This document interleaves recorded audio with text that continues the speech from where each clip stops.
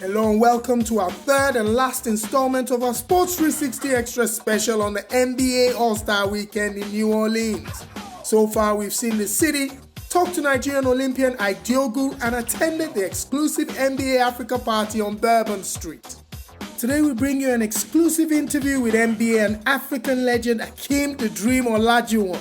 But first, we take a look at the NBA All-Star Game itself, where we spoke to some of the players after the game.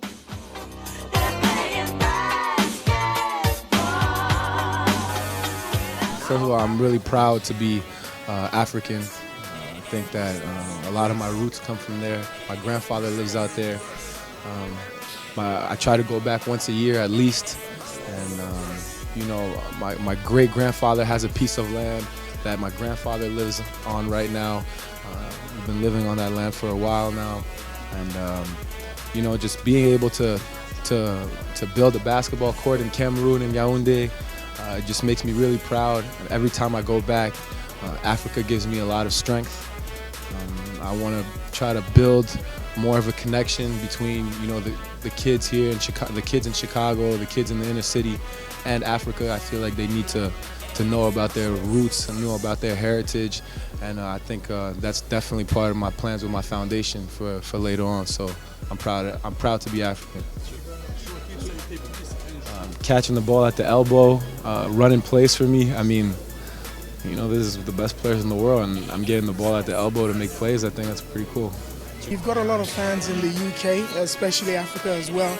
Do you have any plans on making any trips to Africa very soon? I do want to. It's something I've been wanting to do for a while, so hopefully I can. It's a lot of places I want to go. And we have a lot of fans around the world, and you would love to be able to go everywhere and show your appreciation to them. So hopefully I can. The NBA is a world sport now, and it's increasing fans all over the world, especially in Africa and places like that.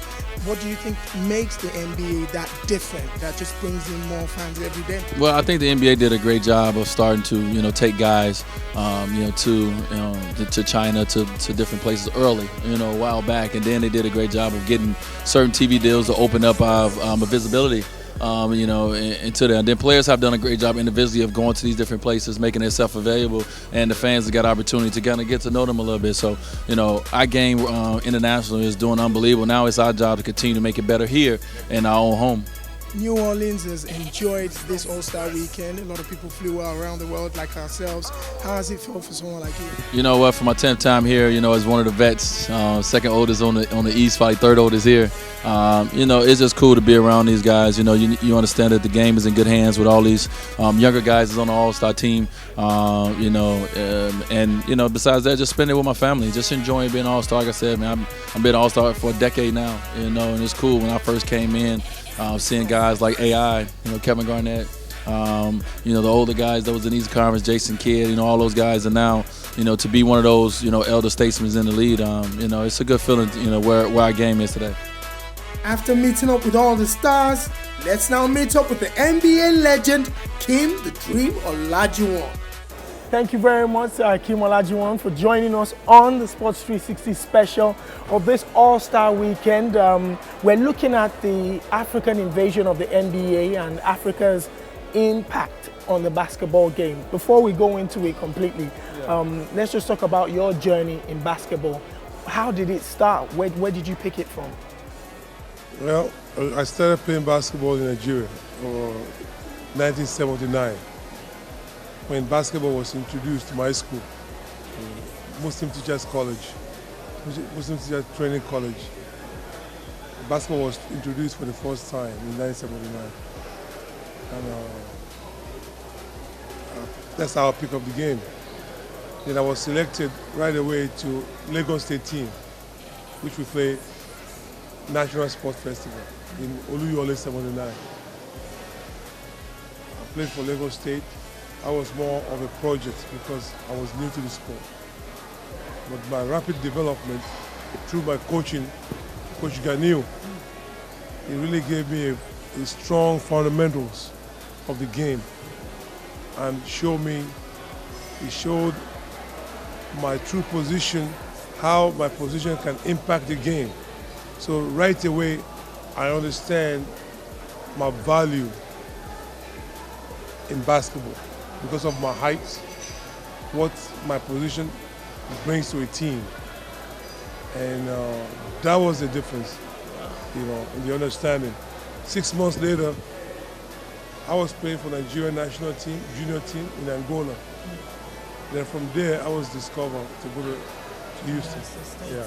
Now, the interesting thing is, for Africans, especially back then, even though he had just been, introduced to you at college, Africans didn't have that many role models to look up to. It wasn't as if the NBA was shown on TV.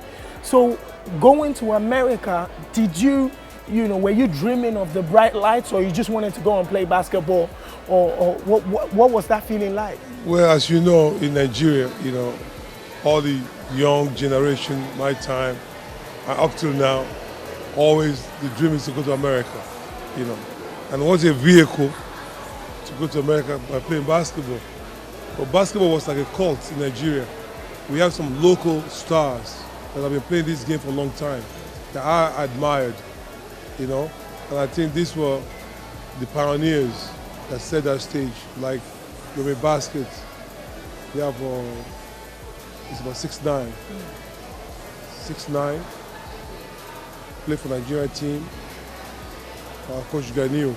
They have a lot of great players that love the game. They have the passion for the game. And that passion, I was inspired by that. So I was taught the game the right way, where I was developing and getting better with competition. Because I was playing on a junior team. When they put me on a national team with men, I have to compete with the soldiers.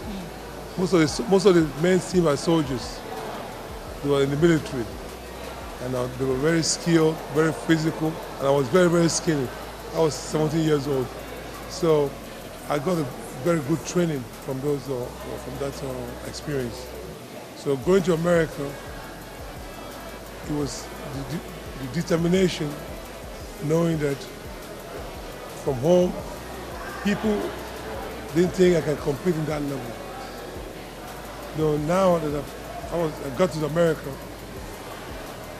playing against guys before I started collegiate basketball, I just wanted to test my skill, because I thought in America they don't miss a shot. They are like expert, meaning they can throw the ball from anywhere and it goes in. That was my impression. But my first time seeing guys play, and they were playing high-skill basketball, but normal, where missing shots, getting rebounds. So it was something that was very familiar. So I regained my confidence, and I was very fortunate to be in Houston, because I played against Moses Malone in the summertime, which he was the most valuable player in the NBA at that time. And I was just coming to the United States as a freshman.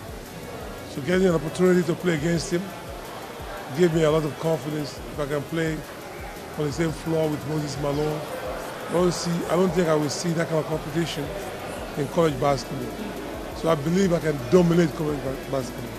So that mindset of competing and staying tough and developing, and the game become much easier, and before you realize it, they're giving you a nickname, the Dream. As probably one of the few Africans at that time, I'm sure maybe one African at that time, what was that like, being, an island? Or did you feel like you were the only one, or it was more or less like a brotherhood? Well, I think it was in college. In college was different, because no history. Most of the college players were recruited from high schools. They know their reputation, their background. I came from nowhere. So the stories about being from Africa, from Nigeria, and that story is kind of just go viral. And seeing that, this guy just started playing basketball in 6 months, and the level he's playing, so the potential. So a lot of good write-ups about me. But as teammates, we live on campus together, so I fit right in because it's a different culture as a sportsman, basketball. So I was well accepted through sport. You know, it was not difficult. Yeah. Talking about Olajuwon, Dikembe Mutombo, we had the Masais, Olumide Oyedeji, now Oladipo. We've had a history of Africans that have invaded the NBA and have performed at a very high level. What are your thoughts firstly about that? I was with Masai yesterday and he made a statement that was very, very, very impressive. He took it upon himself and at his position, being the first African general manager of the NBA, that there's no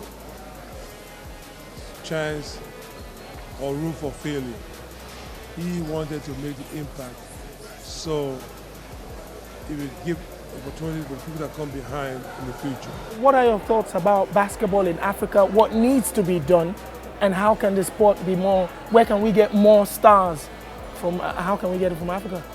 In Africa, we have tremendous talent, unbelievable talent, and I'm so happy that the NBA Africa now with Amadou, and NBA have given them the license now to really develop and to build that infrastructure that we allow players to develop. Because you can have tremendous talent, but without proper channel to get to the States, you know, it is difficult. But now, I think the concentration is in Africa. And I'm so happy to be part of it because this has been my dream for a long time. But you need institution behind you to do it right. That has been the problem. But now that we have that commitment from the NBA to create camps, and of course to have different playground courts, make it available, so guys can just play as for fun. Like we were doing when I was growing up in Nigeria, we go to Row Park, and we play 3-on-3. I would play to catch a bus to go to Row Park and play for hours and hours and hours. You would have to pay for. Then I walk back to school. Unbelievable. You already play so much, you have to walk back. That's what the love of the sport. And I know a lot of people in Nigeria or in Africa that love this sport as much. They don't have this opportunity just to have a playground that they can do that. So now that's due to the investment by furnishing old courts, building new courts, and of course shoes. And you know, I want to really play my role in that area. I have a foundation where for sports goods like shoes and apparels, things that make it easier, because when I was in Nigeria this time, some of my friends that were wearing big sizes are still struggling to find big sizes. And now it shouldn't be anymore because the connection between America and Nigeria is direct now. Yes. There should be flow asses of goods like that. What does the dream do? What does Hakeem Olajuwon do nowadays? In the summertime, I train some of these guys. I mean, they call me, like, you know, Kobe started this program for me. Then LeBron, Dwight Howard. So every summer, 2 or 3 guys come to Houston privately and we work out. So I do that in the summertime. The most fun I think I will have is this ambassador, NBA ambassador for Africa in basketball, really to develop the sport, which is something that's been a dream of mine for a long time. So that should be fun, because when you see the talent and you can see that you can add value to that talent and to maximize that potential, I think it's something that is rewarding. But it's a great opportunity to participate in that kind of program. Well, you maximized your potentials and your talents and entertained the entire world and made us proud from Africa. Thank you very much for sharing this moment with us, and we really, really appreciate it. Thank you so much. I'm glad you give me the honor to have this interview. Thank you so much. That's it, and thank you very much for joining us on the Sports 360 Extra special of the NBA All-Star Weekend. Catch you next time.